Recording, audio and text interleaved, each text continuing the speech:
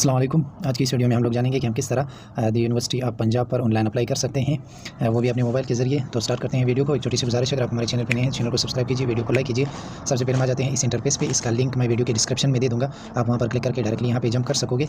तो यहाँ पे लिखा हुआ है एडमिशन, हम इस पर क्लिक करके ऑनलाइन अप्लाई लिखा हुआ है, इस पर क्लिक कर लेते हैं। तो अब हमारे सामने ये इंटरफेस आ जाता है और यहाँ पे कह रहे हैं कि please note that application will be entered and close. यहाँ पे कुछ इंस्ट्रक्शन दिए हुए हैं, इसको हम रीड कर लेते हैं और इसके बाद ओके आई एम रीड। इसके बाद फर्स्ट नंबर पे हमारे पास आ जाता है, यहाँ पे हम मोबाइल को थोड़ा इसको डेस्कटॉप साइड कर लेते हैं, ताकि यहाँ डेस्कटॉप साइड पे कर लेते हैं। तो हमारे सामने इस तरह इंटरफेस आ जाता है, मतलब ये थोड़ा फिर सही हो जाता है।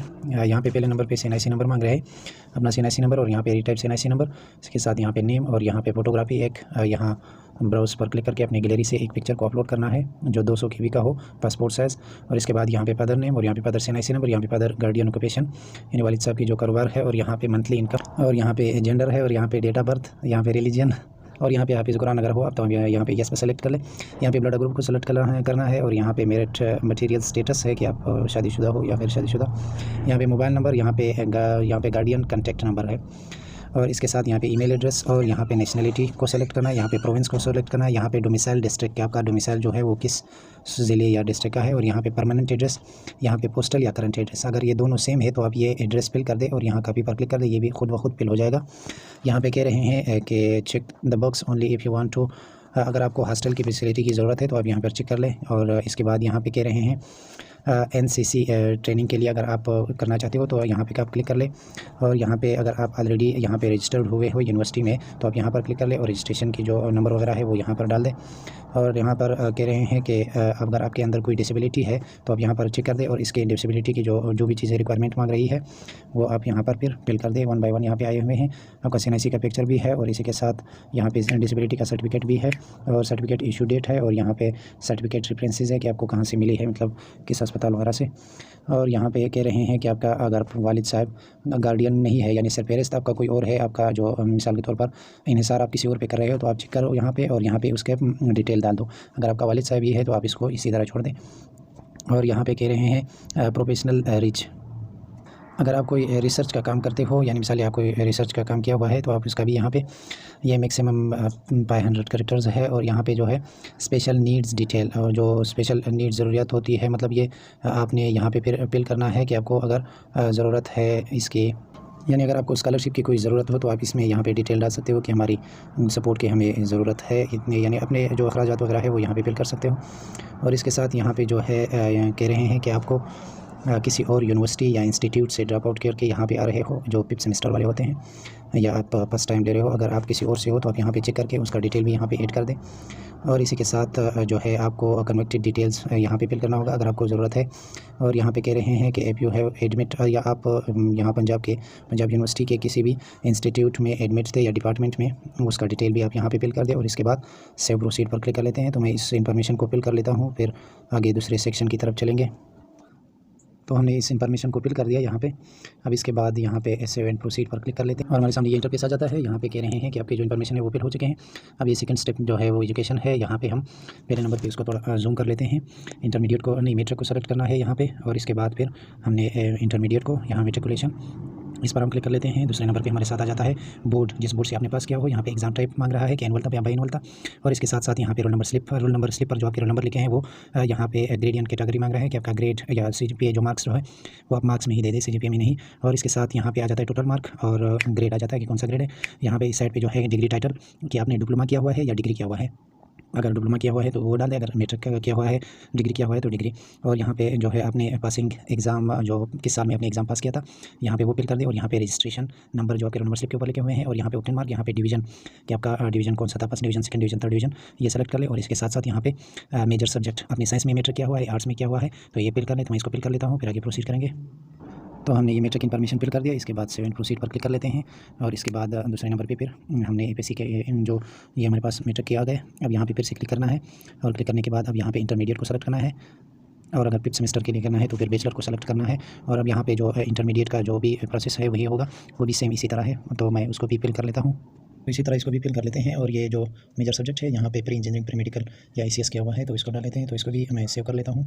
तो हमारे सामने ये इंटरफेस आ जाता है। यहाँ पे लिखा हुआ है कि प्रोसीड टू नेक्स्ट स्टेप, मतलब मैंने सारी इन्फॉर्मेशन यहाँ पे फिल कर दी है, तो इस पर क्लिक कर लेते हैं और यहाँ पे कह रहे हैं कि आप श्योर हो कि आपने सारी इन्फॉर्मेशन डाल दी है। हमने ओके कर दिया।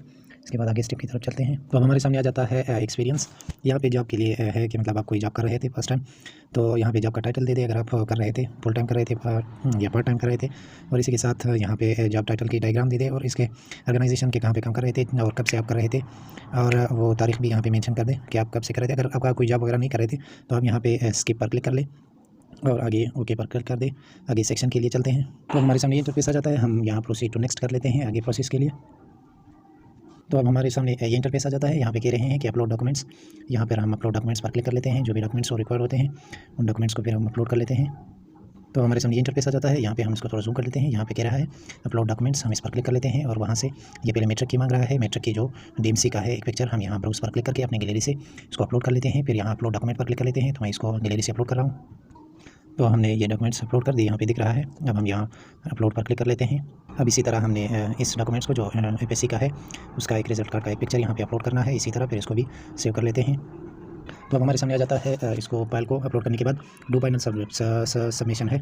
इसको हम इस तरह जूम कर लेते हैं। हमारी जितनी भी इन्फॉर्मेशन है हम इसको 1 बाय 1 यहाँ पे रीड कर सकते हैं। इसमें कोई गलती या कोई एरर ना हो ये, क्योंकि बाद में फिर नहीं बदलती। तो इसको थोड़ा नीचे स्क्रॉल करके यहाँ पे हमें दिया गया है सबमिट के आइकन पर हम यहाँ चेक कर लेते हैं। इस आइकन पर क्लिक करके सबमिट के आइकन पर क्लिक कर लेते हैं। सबमिट करने के बाद हमारे पास फिर से ये इंटरफेस आ जाता है।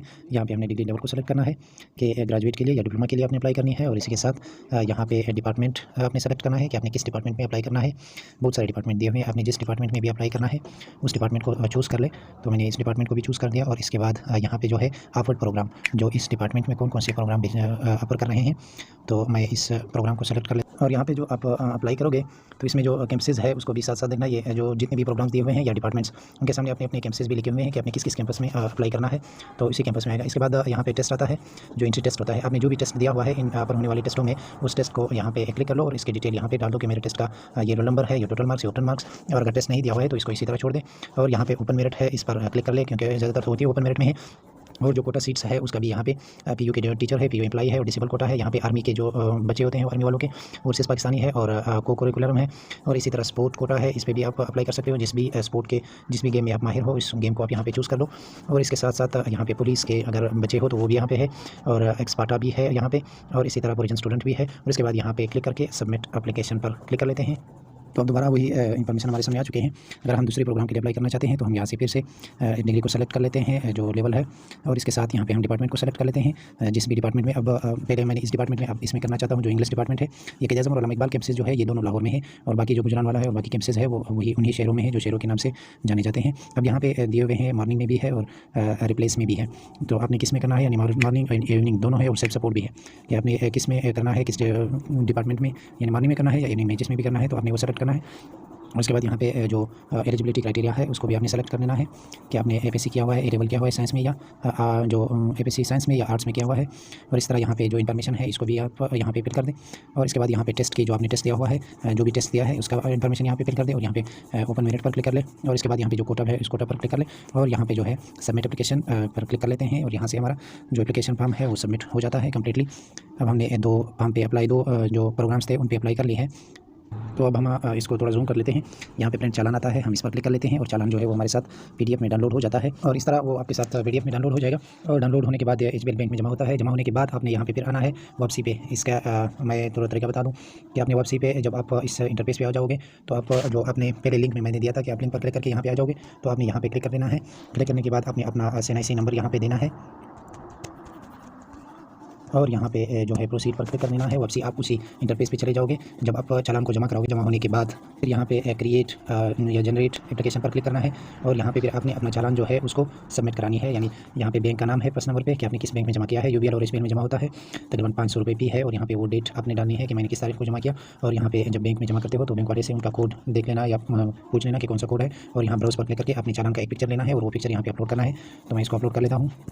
तो इस तरह ये आपके साथ अपलोड हो जाएगा। और दूसरे नंबर पर फिर इस चालान को भी इसी तरह प्रिंट कराना है, और प्रिंट कराने के बाद फिर यहाँ पे जनरेट एप्लीकेशन पर क्लिक करके फिर आप उसी तरह उसको भी अपलोड कर सकते हो। और यहाँ पे जो एडिट दिया हुआ है एंट्री टेस्ट के लिए, अगर आपका एंट्री टेस्ट में जो इन्फॉर्मेशन दिए हुए हैं उनमें कोई गलती एरर है तो आप उसको भी यहाँ पे सेट कर सकते हो। तो इसी तरह हो जाएगा अप्लाई कंप्लीट मुकम्मल इस यूनिवर्सिटी पर ऑनलाइन। तो आई होप आप लोगों को समझ आ गया होगा। तो हमें दीजिए इजाज़त, अल्लाह हाफ़िज़।